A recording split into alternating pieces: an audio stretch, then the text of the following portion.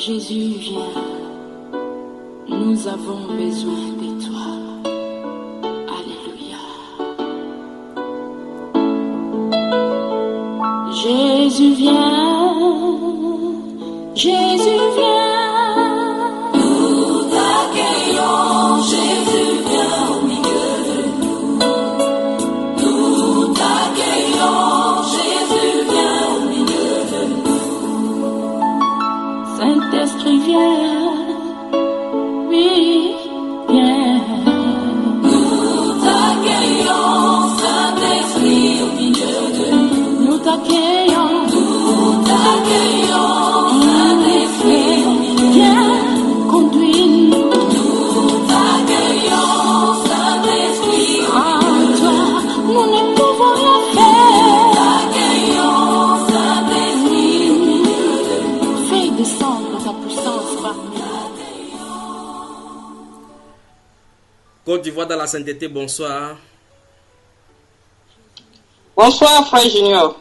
Bonsoir, frère Junior. Bonsoir, frère Junior. La sœur, Bonsoir, frère. ouais, la sœur Audrey Kobena, bonsoir.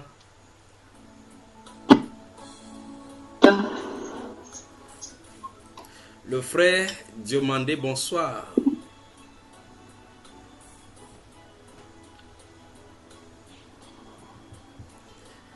Le frère Achilda, bonsoir.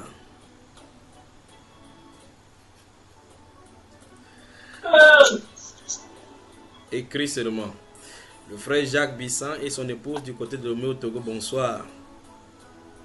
Peut-être le cri c'est comme ça qu'on, c'est les baolés, c'est comme ça qu'on salue quoi. Le frère Serge, bonsoir.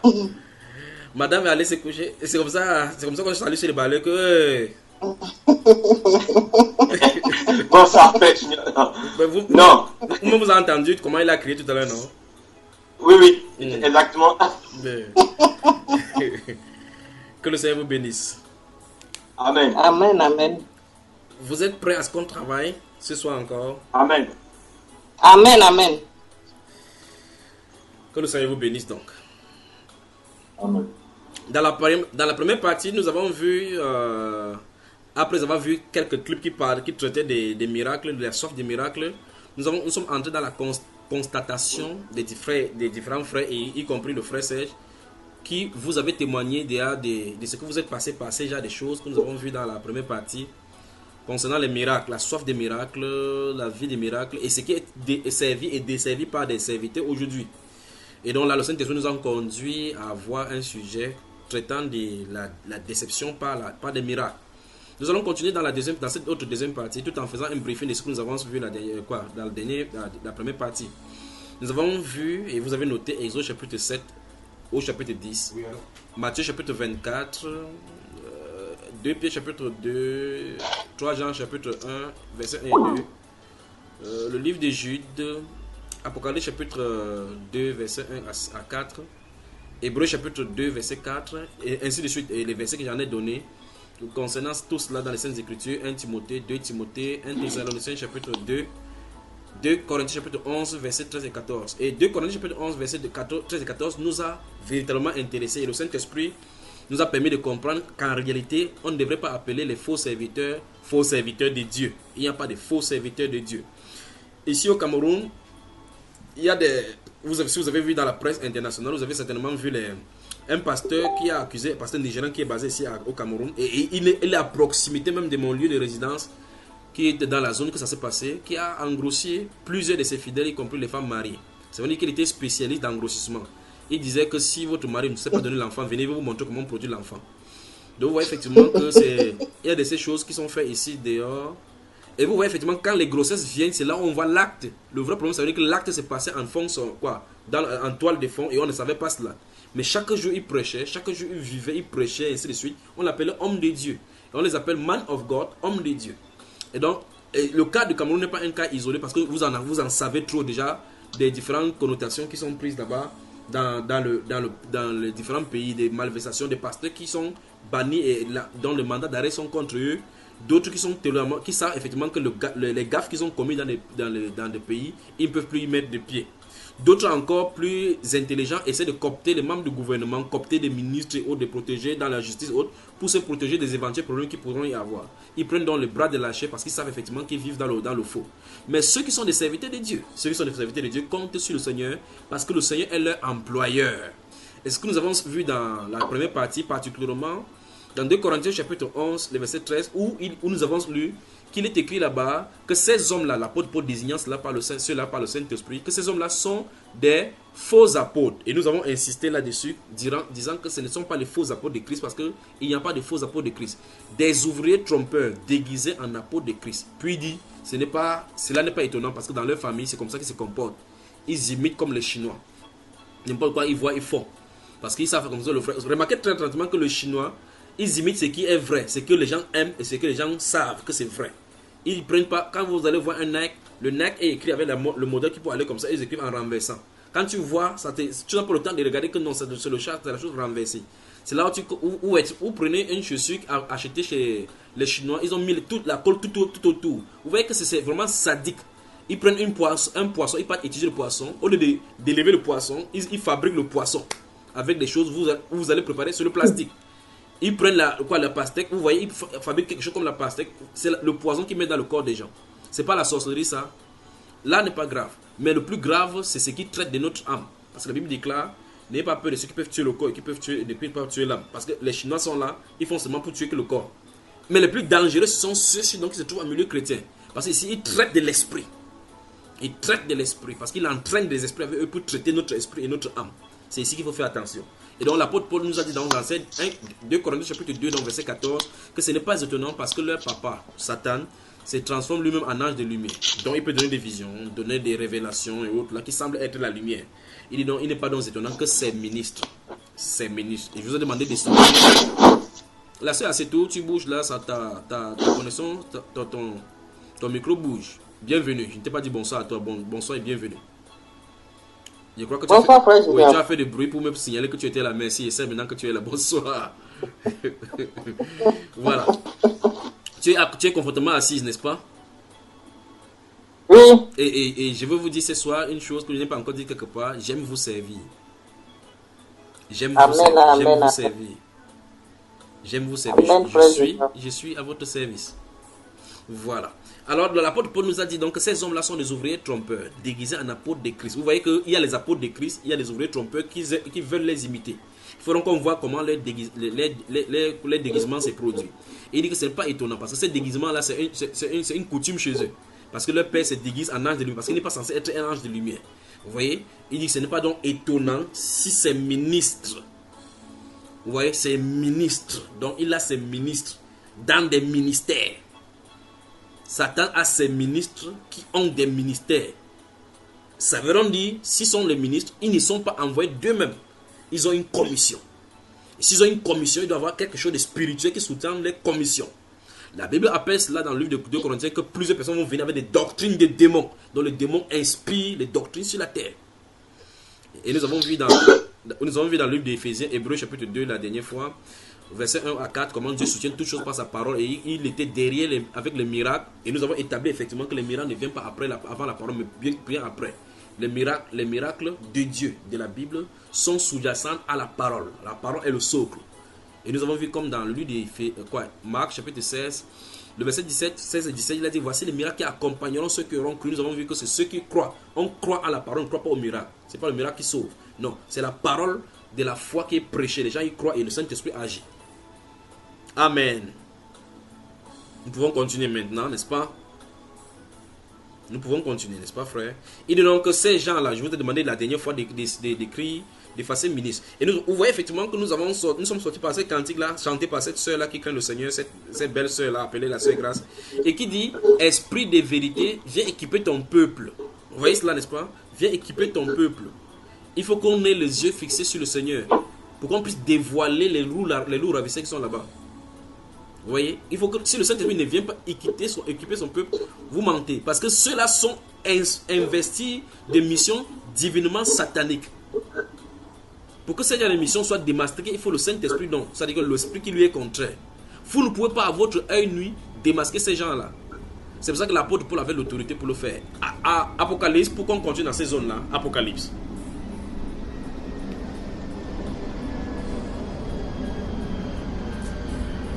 Apocalypse chapitre 2, je vous ai donné ça la première partie, n'est-ce pas? Que Dieu notre Père vous bénisse. Souvenez-vous que Satan a ses ministres. Maintenant, gardez-vous à l'esprit que la phrase du chapitre 11 de 2 Corinthiens au verset 14, nous n'avons pas fini. Vous êtes arrivé au niveau là, il dit que il n'est pas étonnant que ces ouvriers cette église en ministre de justice. Ministre de justice. Verset 1 à 2. Qu'est-ce que ça dit le frère?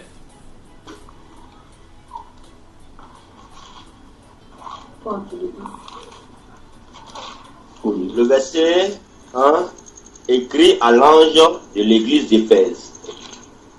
Voici ce que dit celui qui tient les 7 étoiles dans sa main droite. C'est lui qui marche au milieu des 7 chandeliers d'or.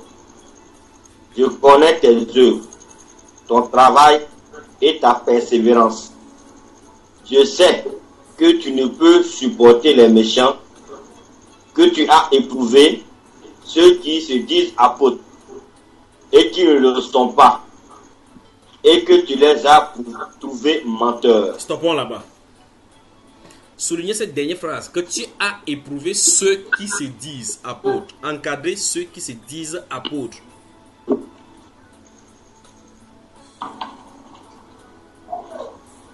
Maintenant, il y a même les apôtres hors échelon.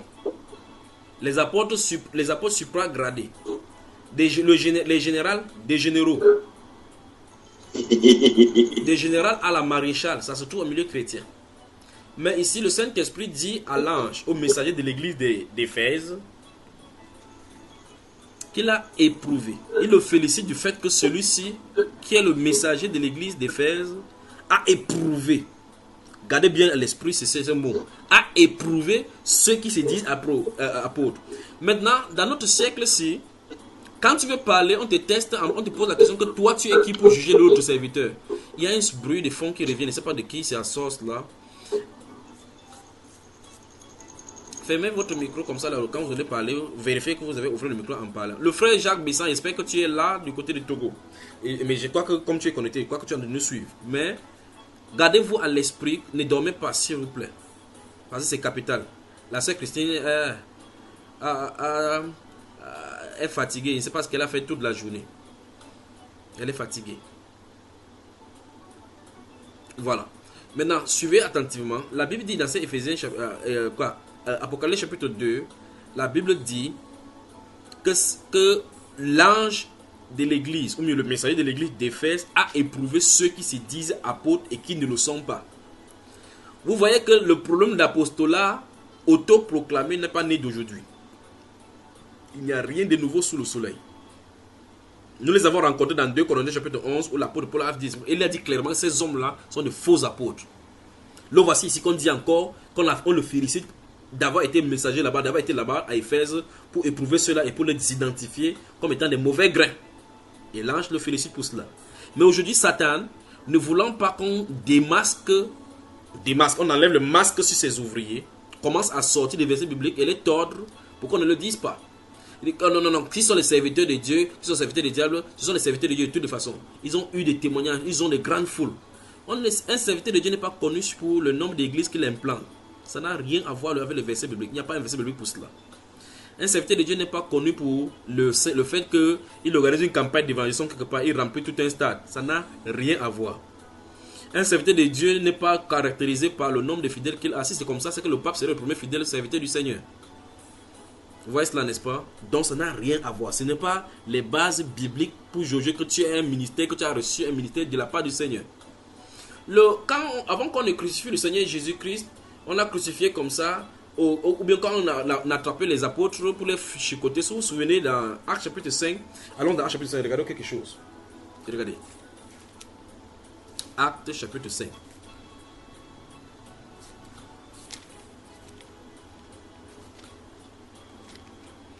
Actes chapitre 5. Je vais lire à partir du verset 33. Quand vous avez le temps, lisez ça depuis le début. Je vais parler de Gamaliel. Vous allez suivre ce qu'il va dire pour vous montrer qu'il y a une autre chose. Furieux de ces paroles, il voulait les faire mourir. Mais un pharisien, je ne sais pas si vous y êtes déjà,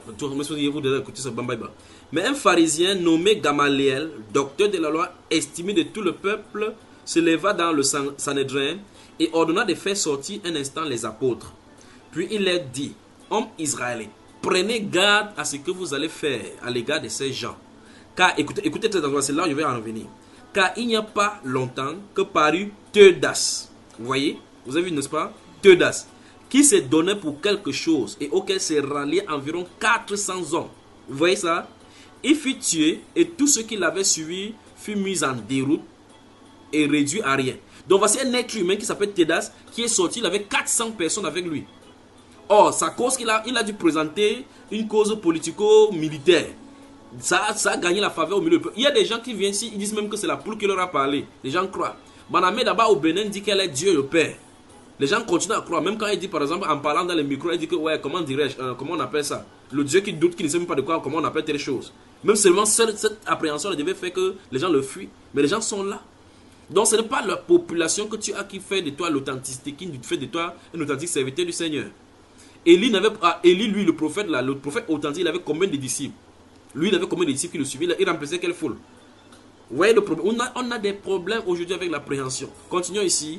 Il dit, verset 37 dit, après lui parut Judas le Galiléen à l'époque du recensement. Et il attira du monde à son parti. Vous avez vu? Il périt aussi et tous ceux qui l'avaient suivi furent dispersés. Et maintenant, je vous le dis, de ne pas vous occuper, ne vous occupez plus de ces hommes et laissez-les aller. Si cette entreprise ou cette œuvre vient des hommes, elle se détruira. Vous avez compris, n'est-ce pas? Donc, vous voyez effectivement que je prends ici seulement ces gens. Il a cité Theudas, il a cité Judas le Galiléen. Il avait le monde qui les suivait. Mais ce n'était pas des serviteurs du Seigneur.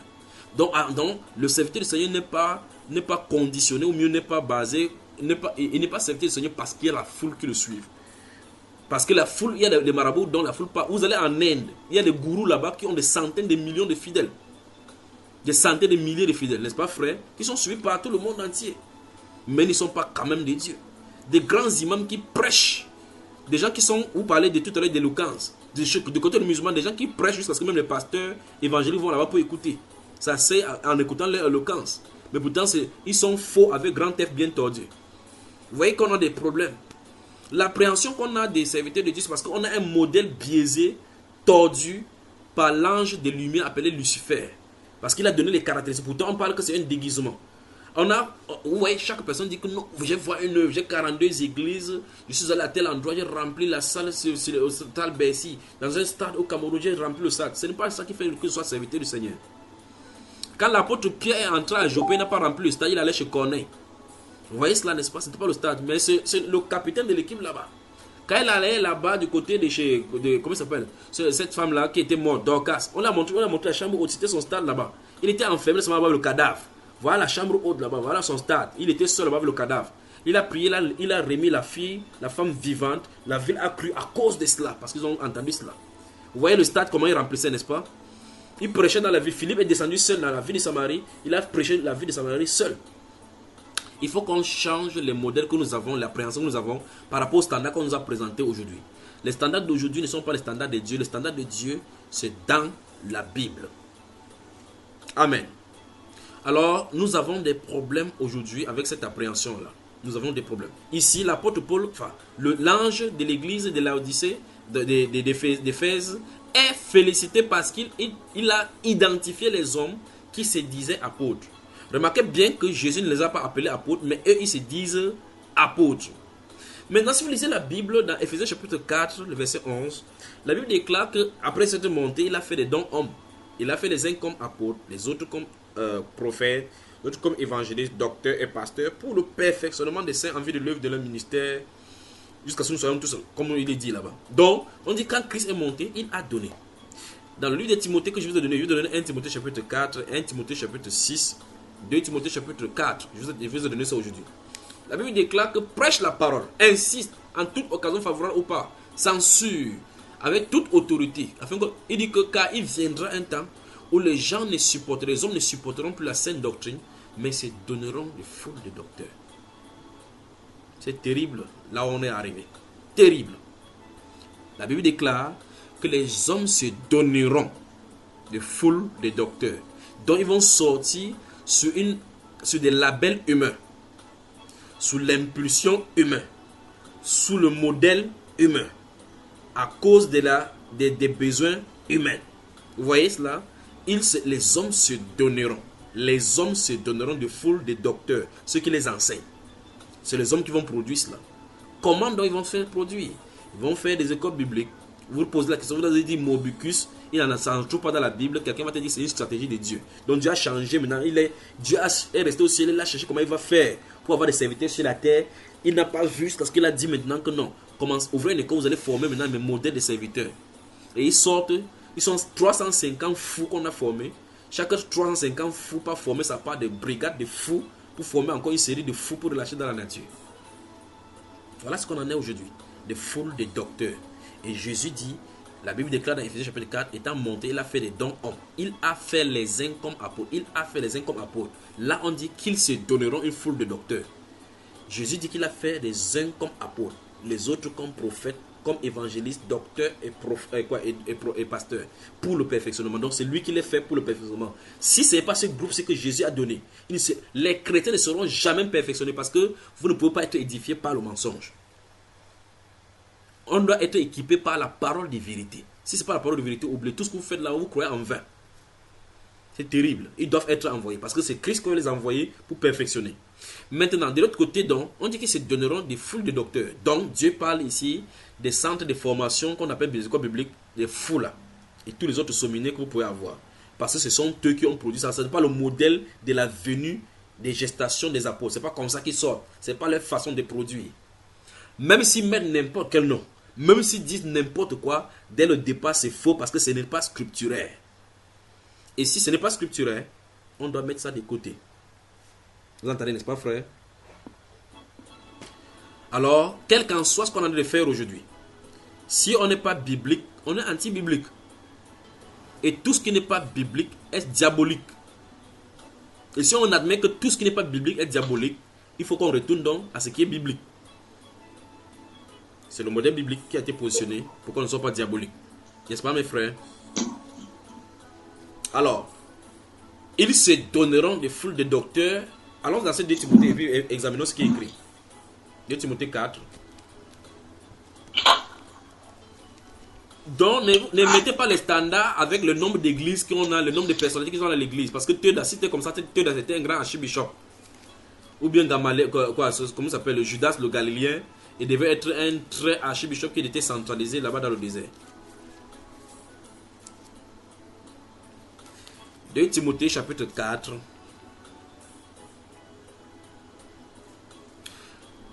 Le frère Diomandé, tu es là, tu peux nous lire. Je ne sais pas si le frère Diomandé est là. Il lit le verset 1 jusqu'au verset 5.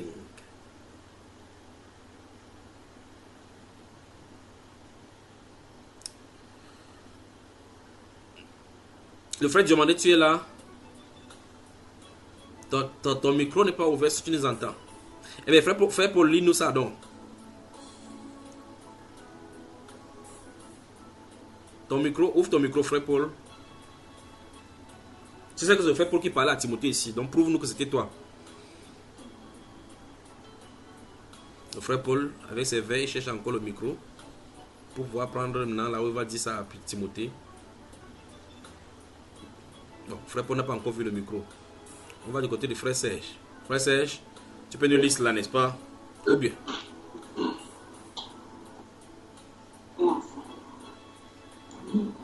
Je t'en conjure devant Dieu et devant Jésus-Christ, qui doit juger les vivants et les morts, et au nom de son apparition et de son royaume. Prêche la parole, insiste en toute occasion favorable ou non, reprend, censure, exhorte avec toute douceur et en instruisant. Car il viendra un temps où les hommes ne supporteront pas la sainte doctrine, oui, mais ayant la démangeaison d'entendre des choses agréables, ils se donneront une foule de docteurs selon leurs propres désirs, détourneront l'oreille de la vérité et se tourneront vers les fables. Mais toi, sois sobre en toutes choses, supporte les souffrances, fais l'œuvre d'un évangéliste, remplis bien ton ministère. Voilà, ceux d'aujourd'hui disent que non, la souffrance là a été portée à la croix. Donc ceux qui vivaient comme ça, ils vivaient avant la croix. Donc l'apôtre Paul était fou de dire à Timothée de supporter les souffrances. Ceux d'aujourd'hui, ils ne souffrent pas, il faut qu'ils voyagent en classe exceptionnelle. Ils sont des généraux exceptionnels. C'est Timothée seul qui devait souffrir. Donc il n'avait pas la révélation de la vérité même qui est en Christ. Vous voyez, on a des problèmes. Donc il dit ici au verset 2, prêche la parole. Insiste en toute occasion favorable ou non.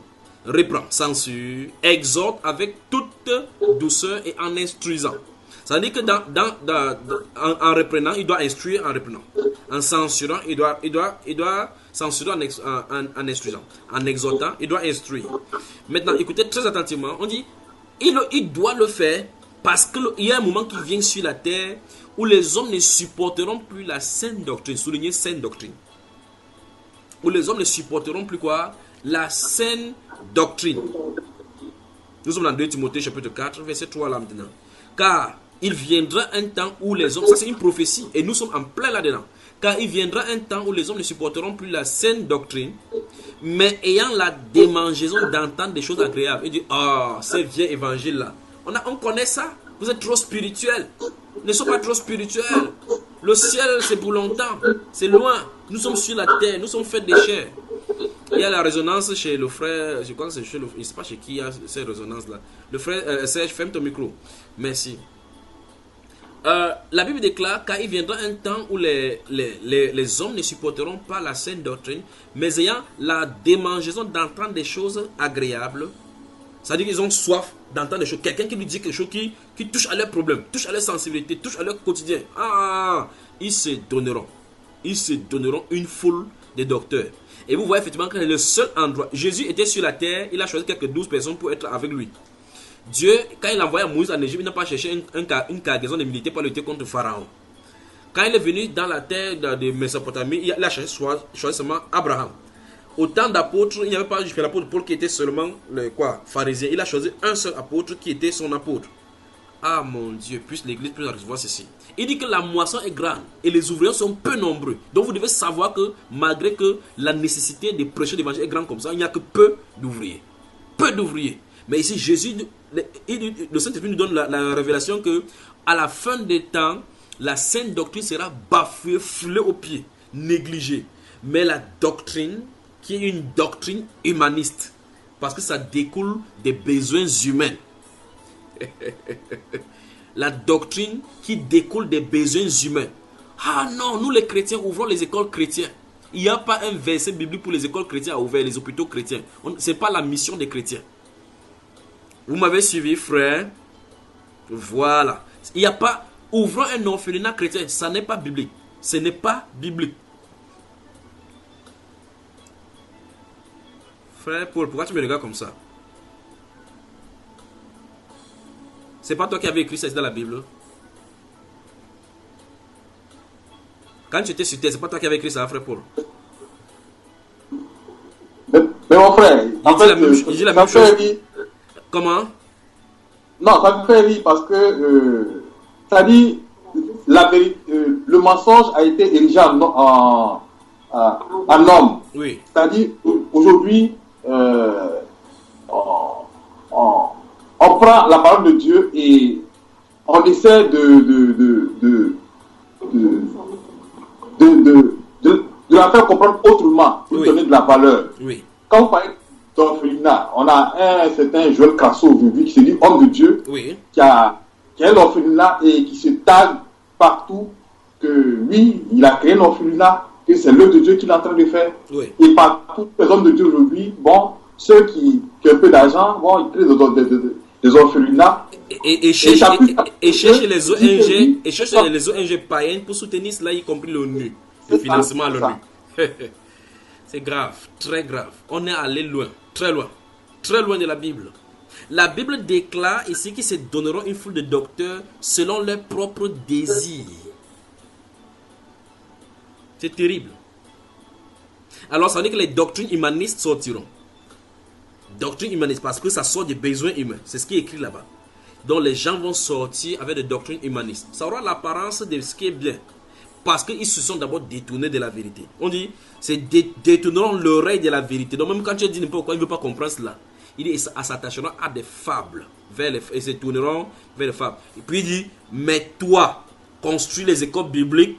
Et puis, tu chasses les souffrances, les démons de souffrance. C'est ce qui est écrit là-bas. Là, maintenant, tu seras en train de remplir bien ton propre ministère. Vous avez vu ça, frère?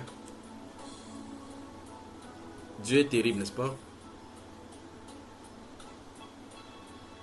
La saine doctrine est bafouée au pied aujourd'hui, foulée au pied par les gens. Ah non, non, vous êtes trop spirituel. Dieu regarde au cœur. La Bible déclare que, il dit, ne supporteront pas la saine doctrine. Il arrive. On va parler de la saine doctrine proprement dite. C'est quoi au juste? La saine doctrine, c'est quoi? On n'a pas dit la sainte doctrine. Ne sortez pas le truc des catholiques là. On dit saine doctrine, pas sainte doctrine. Pas une doctrine qui est sainte. Non, non, non, non, non, non. Saine doctrine. L'enseignement distillé et voulu par Dieu pour révéler sa volonté. Alors on a des problèmes. Nous avons des problèmes, n'est-ce pas? Nous avons des problèmes. Vous savez, moi, frère. Alors, remarquez très attentivement que ici, ce sont des prédicateurs qui sont là pour satisfaire le besoin des hommes parce que ces hommes-là ont rejeté la vérité. Alors, Satan va les susciter parce que nous avons vu tout à l'heure qu'il a ses ministres. Et ces ministres-là sont là pour un but précis. Souvenez-vous, il doit imiter les serviteurs de Dieu. Si là, Jésus a ses apôtres, il faut qu'il ait aussi ses apôtres. Il ne peut pas faire autrement parce que depuis longtemps, il l'imite. Quand Dieu s'assoit quelque part, il veut aussi s'asseoir là-bas. En fait, il veut qu'on l'adore comme fils. Vous entendez ça, frère? Nous devons quitter cette voie-là. Nous devons quitter cette voie. Nous devons quitter cette voie. La déchéance, la surprise, surprendra certainement des gens qui vont suivre ces gens-là. Parce que la Bible déclare, l'apôtre Paul, mon grand frère, a dit que cette influence-là, quiconque qui fait ces choses-là, cette influence ne vient pas de celui qui vous appelle. Si on a influencé en détournant, comme le frère a dit dans la première partie, comment il pense à l'argent qu'il a demandé, ça lui fait mal, là, le frère Jacques de Togo. Vous entendez effectivement que chacun entend comme ça, il dit, parce qu'ils utilisent des esprits pour vous exploiter, pour s'enrichir. Vous voyez, parce qu'ils vendent l'illusion. Vous avez des problèmes. La Bible déclare, il dit à Timothée ici là que souffre. Il dit souffre. C'est terrible. Que Timothée, il doit souffrir. Fais l'œuvre de l'évangile. Prêche la parole. Prêche ta part la parole.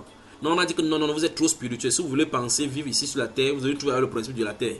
Pourtant, le but de la parole, c'est que les gens qui étaient jadis dans la terre, enfermés dans la terre, comprennent maintenant qu'ils sont citoyens, concitoyens des saints. Vivre avec la pensée d'en haut, rechercher les choses d'en haut. On dit que non, non, non, ces choses-là, c'est ici qu'on a de rechercher. Vous voyez, ces personnes qui prennent ces choses-là, ils vont difficilement aborder le verset, chapitre 3 de Colossiens, verset 1 et 2. Rechercher les choses d'en haut. Ils vont chercher ce que les choses d'en haut veulent dire. Un jour, ils vont dire maintenant que ce sont les bénédictions de la terre. Mais ils savent que ça ne peut pas donner. Parce que le verset là élimine les choses de la terre directement. C'est pour ça qu'ils ne traversent pas là-bas. L'apôtre Paul exagère. J'arrive. Vous y êtes, frère. Côte d'Ivoire dans la sainteté, nous allons nous voir dans la troisième partie. Si vous voulez, je vous propose que nous continuons demain pour que ça ne soit pas quench, que le feu ne s'éteigne pas. On travaille demain soir à 21h encore. Vous êtes d'accord? Je ne vous entends pas, personne ne veut parler. Amen. Amen. Nous travaillons à 21h. On va laisser un message sur le forum pour que les autres soient informés. Que celui qui est là-bas, que Dieu destine, qui vient.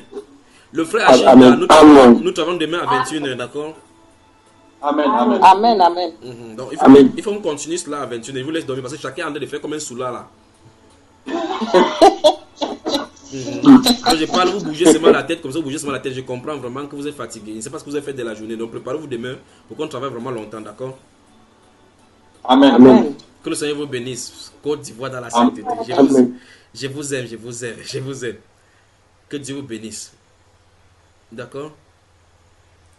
Que le Seigneur vous bénisse. Que le Seigneur vous bénisse. Sois béni. Amen.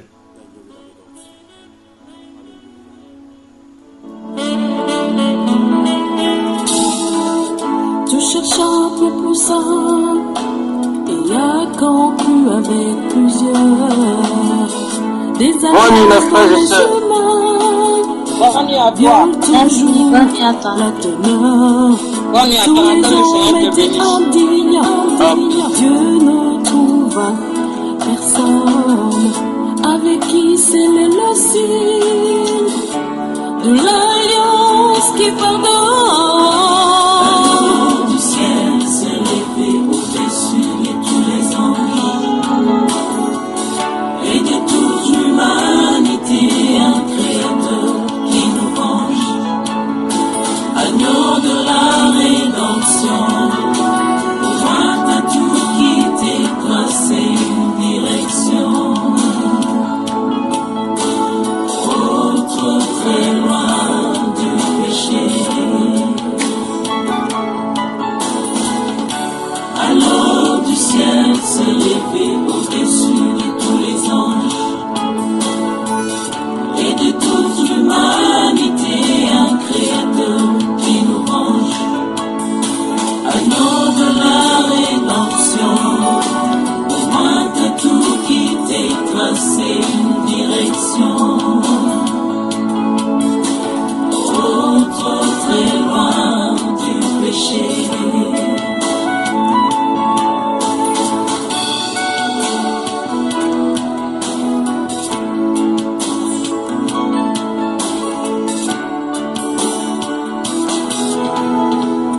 Je n'ai aucun animal à immoler pour courir mes péchés et tout le mal, et pour moi tu vas mourir. Pour moi tu t'es sacrifié, pour moi Messie tu es mort. Toi seul auras mis à combler le cœur condamné alors.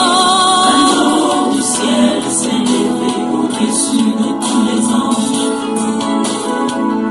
et de toute l'humanité, un créateur qui nous range, agneau de la rédemption, au moins t'as tout quitté, tracé une direction,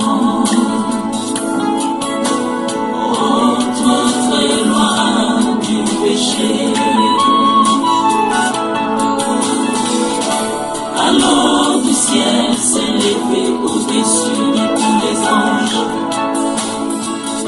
et de toute l'humanité, un créateur qui nous range, agneau de la rédemption, au moins t'as tout quitté, tracé une direction, autre très loin du péché.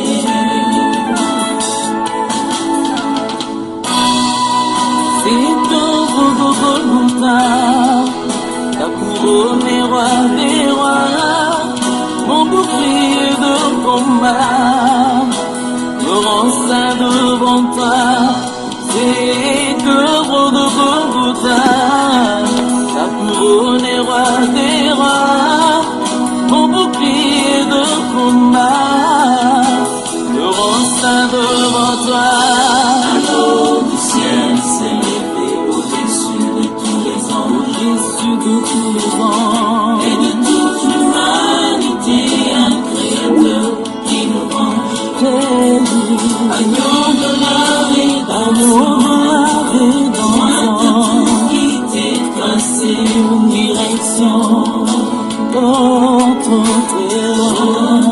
très loin du péché. Alors du ciel s'est levé, alors du ciel s'est levé au-dessus de tous les anges et de toute l'humanité, un créateur qui nous rend, agneau de la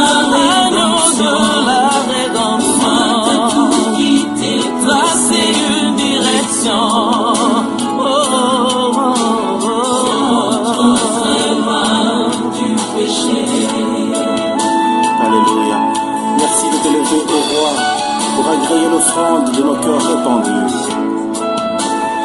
Le vin de ton amour remplit ma coupe, la coupe de mon cœur qui déborde en un flot et enivre mon âme de ta beauté. Alléluia. Merci Seigneur.